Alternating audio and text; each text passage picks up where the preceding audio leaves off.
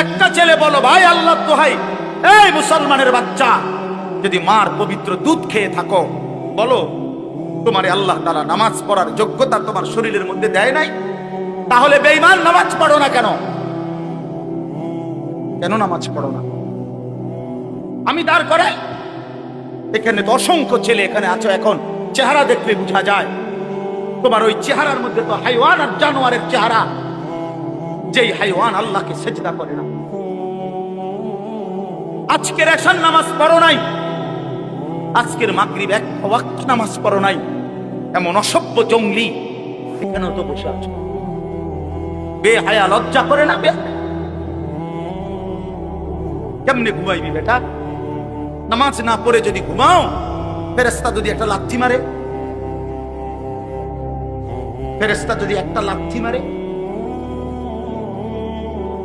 ফজরের নামাজ না পড়ে যে ঘুমাও, ফেরেশতা যদি একটা ঘুমের মধ্যে রেখে লাথি দেন। ফেরেশতা ঘুমের মধ্যে রাইখা কোনো জাতিকে ধ্বংস করে নাই? কথা বলেন না কেন? ঘুমের মধ্যে রাইখা কোনো জাতিকে ধ্বংস করছে কিনা? কওমে লূতকে ঘুমের মধ্যে রাইখা ধ্বংস করছে, কওমে সামুদকে, কওমে সালেহকে, কওমে শুআইবকে, এই চারটা জাতিকে আল্লাহ তাআলা ঘুমের মধ্যে রাইখাই শেষ করেছে। আল্লাহ আমাদেরকে মাফ করে দেন। আমার কথা রাগ করো না ভাই, উদ্দেশ্য তোমার লগে কোনো ঝগড়া করা না, আমি কোনো কাজে লাগছি না, ঠিক কিনা বলেন না কেন? মাকসাদ কি? আপনাদের লগে আমার ঝগড়া দীর্ঘ 20টা বছরের বেশি হবে, আজ থেকে 20 বছরের উপরে হবে এই জমিনে আমার আশা দেওয়া। সুখে দুঃখে, আনন্দ বেদনায়, মূল্যায়ন অবমূল্যায়ন, সর্বাবস্থায় আমি আসছি আল্লাহর দয়া। বলেন আলহামদুলিল্লাহ। আলামিন আমার কাছে মাদ্রাসায় গেছে, ভাই আমার অনেক অনেক মহব্বতের ছাত্র। প্রতিটা ঈদ, রমজানের ঈদ, কোরবানির ঈদ, আমার একমাত্র ছাত্র হয় এই ছাত্র, এই আলামিন, হে একমাত্র আমার একজন ছাত্র ব্যতিক্রম, যার একটা আমল আমি সবসময় বলি যে প্রত্যেক ঈদের দিন হয় আর কেউ ফোন করুক বা না করুক, হে আমারে ফোন করে, ভালো আছেন নিউজ। আজীব, এটা তার সবসময়ের আমল। বহুদিন যাবত আমি দেখছি। আল্লাহ তাআলা উত্তম বিনিময় দান করেন। দিনের পর দিন, বছরের পর বছর শুনলাম, অথচ কিছুই আমি উপলব্ধি করলাম না। এটা ইনসাফ না। আল্লাহর কথা মানুষের পরিবর্তনের জন্য, এই কোরআনের কথাগুলো আমাদের জিন্দেগি বদলাবার জন্য। মসজিদে জুমার নামাজে প্রত্যেক জুমায় বয়ান হয়, এক বছরে 52 সপ্তাহ। চিন্তা করে দেখেন, একটি বছরে 52 সপ্তাহ, তাহলে 52 সপ্তাহ ইমাম সাহেব আপনাদের জন্য নসিহত করে। এইভাবে যদি 30 বছর 40 বছর ধরে শুনে থাকেন, তাহলে আজকে কতদিন ধরে আল্লাহর কথা শুনতেছেন? বছরে 52, তো এভাবে 40 বছর, এভাবে 30 বছর, এভাবে 50 বছর। অথচ এত লম্বা সময় আল্লাহর কথা শুনবার পরেও এখনো মিথ্যা বলা ছাড়তে পারলেন না। এত লম্বা সময় আল্লাহর কথা বলা শুনবার পরেও বিড়ি সিগারেট খাওয়ার অভ্যাসটা ছাড়তে পারলেন না। এত লম্বা সময় আল্লাহর কথা শুনবার পরেও চা দোকানের আড্ডা বন্ধ করতে পারলেন না। নাচ গান দেখা, টেলিভিশন দেখা ছাড়তে পারলেন না। তো কখন ছাড়বেন না? সময় হবে কখন? এক মুসলমান বাঁচে কয় বছর? হায়াত তো একেবারেই ছোট্ট, সংক্ষিপ্ত হায়াত। তো সেখানে আমি যদি আখিরাতের কোনো প্রস্তুতি না নেই, তো সময় হবে কখন? মূল কারণ কি? মূল কারণ হলো গাফলত, এই খামখেয়ালি ভাব। ইমাম সাহেবের কথা বলে, বয়স্ক মাঝ বয়সী কিছু মুসল্লি আছে, এই বসে বসে জিমায়, মসজিদে বসে বসে জুরায়। আর কিছু ছেলে পেলে আছে, তোমরা শুধু শুধু দুষ্টামি করো, মসজিদে বসে কথাবার্তা, ঠেলাঠেলি, ধাক্কাধাক্কি। আরে ভাইয়া, একজন মানুষ কতক্ষণ দুষ্টামি করে? মস্কারি, ইয়ারকি, ফাত্রামি কতক্ষণ? আমরা মুসলমান, আমাদের আল্লাহ আছেন, আমাদের রসুল আছেন, আমাদের কোরআন আছে, আমাদের ইসলাম আছে। আমাদের জিন্দেগি লাগাম ছাড়া না। লাগাম ছাড়া হাইওয়ান জানোয়ারের জীবনই যদি হতো, তো আল্লাহ তাআলা আমাদেরকে মানুষ, মুসলমান বানাইতেন। মুসলমান বানাইছেনি আল্লাহ তাআলা একটা মহৎ উদ্দেশ্য, একটি উদ্দেশ্য। প্রতিটা মানুষকে আল্লাহ তাআলা উদ্দেশ্য নিয়ে বানাইছে। আফাহাসিবতুম আন্নামা খালাকনাকুম আবাসা। কুরআনুল কারীমের মধ্যে আল্লাহ তাআলা বলেন, বান্দা তোমরা কি এই ভেবেছো যে আমি আল্লাহ তোমাদেরকে অনর্থক বানিয়েছি? কোনো উদ্দেশ্য নাই, এমনি এমনি। ওয়া আন্নাকুম ইলাইনা লা তুরজাউন। এবং আল্লাহ তাআলা বলেন, তোমরা কি এই মনে করেছো বান্দা যে আমি আল্লাহর কাছে তোমাদেরকে ফিরে আসতে হবে না? কি ভাবছো আমার কাছে আসতে হবে না? তো উত্তর দেন, বলেন, উত্তর দেন না যে আমরা কি আল্লাহর কাছে ফিরতে হবে? বলেন না, সবাই বলেন, ছেলেরা বলো ভাই, ফিরতে হবে আমরা আল্লাহর কাছে। তো তিনি কি কিছুই জিজ্ঞেস করবে না? ফাওয়ারাব্বিকা লানাসআলান্নাহুম আজমাইন। খোদার কসম, কোরআনে আয়াত।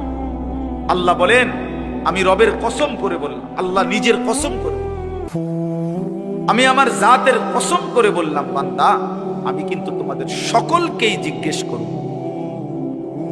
ফাওয়ারাব্বিকা লানাসআলান্নাহুম আজমাইন। আজমাইন মানে সকল, একজনকেও ছাড়বো না বান্দা, আমি জিজ্ঞেস করব। কি ভাবছেন? হয়েছে? এই বেটা, বাংলা বুঝো না ইংরেজিতে বুঝো? বন্ধ করো লাইট, মোবাইলটা নামাও।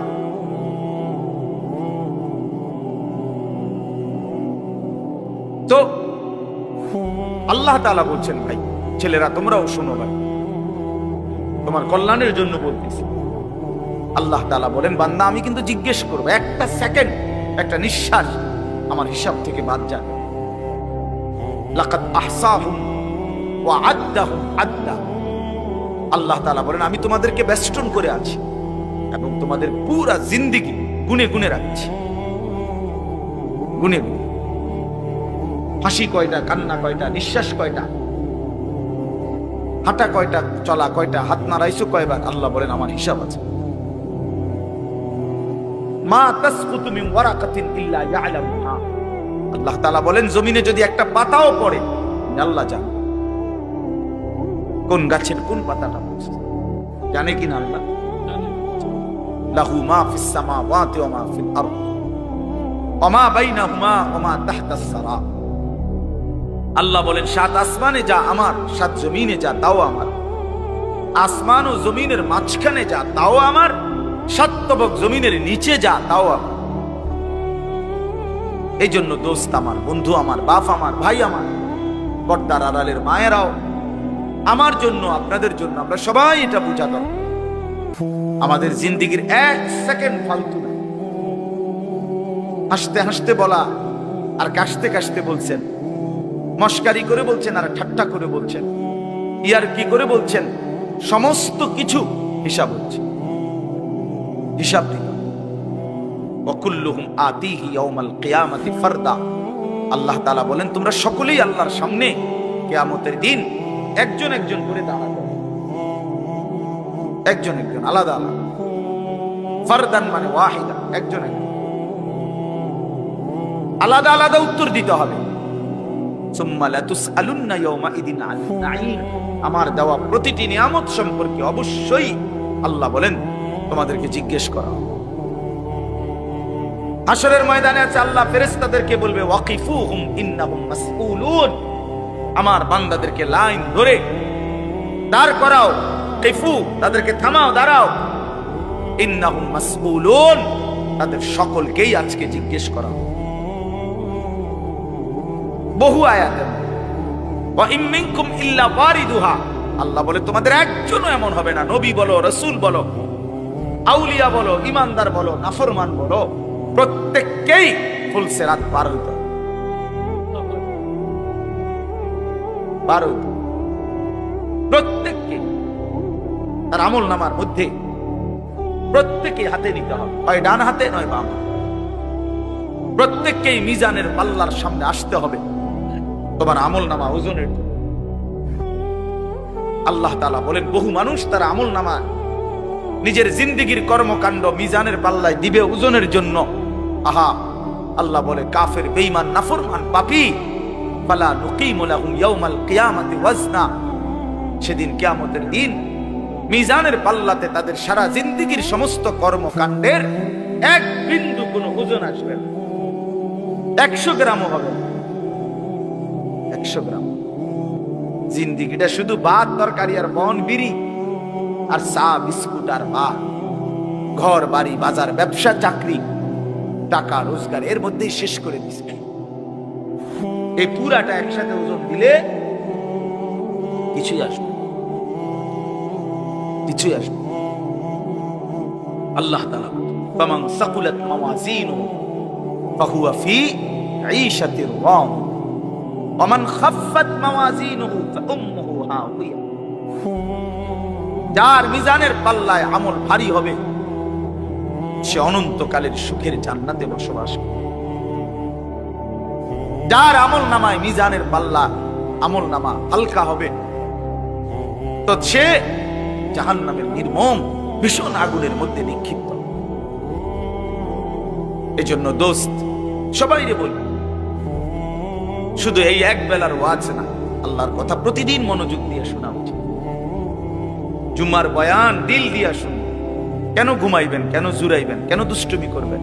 আল্লাহর কথার সামনে কোরআন শরীফে আছে, সরাসরি আছে, আল্লাহ বলেন আমার কথা যার সামনে বলা হলো অথচ সে তার প্রতি মনোযোগী দিয়ে হলো না, আমান আযলামু মিম্মান যুক্কিরা বিআয়াতি রাব্বি ফাআরাযা সুম্মা আ'রাযা আনহা।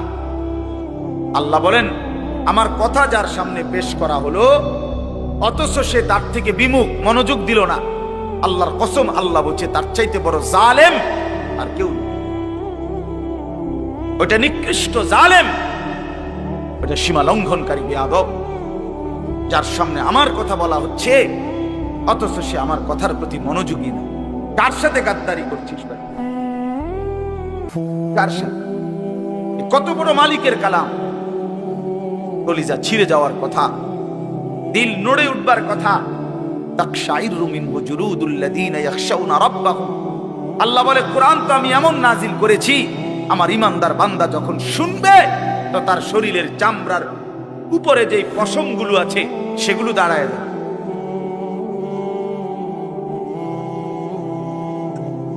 বুঝছেন? এই জন্য বাপ আমার, বন্ধু আমার, এতক্ষণ লাগাই আপনাদেরকে এই কথাটাই বুঝাইতে চেষ্টা করলাম। আজকের জন্য না, জিন্দেগি পরিবর্তনের জন্য আল্লাহর কথা দিল দিয়ে শুনতে হয়। ছোট হুজুর বড় হুজুর কোনো কথা না, আপনাদের গ্রামের হুজুর আর বাইরের হুজুর কোনো কথা না। আমিও গ্রামেরই, আমি কোনো মাটির তলের থেকে আসি নাই, চাঁদের দেশ থেকে আসি নাই, ঠিক কিনা বলেন না? আমিও এক গ্রামের সন্তান, তো আলামিনও এক গ্রামের সন্তান, মৌলানা ইয়াহিয়াও এক গ্রামের সন্তান, হুজুর এক গ্রামের সন্তান। তাহলে স্থানীয় না দূরের এটা কোনো কথা না, প্রধান বক্তা না বিশেষ বক্তা এগুলো কোনো কথা না, সকালে বলছে না আসরের পরে বলছে এগুলো কোনো কথা। রাত 10টা বাজে ওয়াজ করলে উনি প্রধান বক্তা আর আসরের পরে বয়ান করলে উনি সামান্য বক্তা, এই সিদ্ধান্ত কে দিল? বলো কথা, এটা কেমনে ফয়সালা হইল?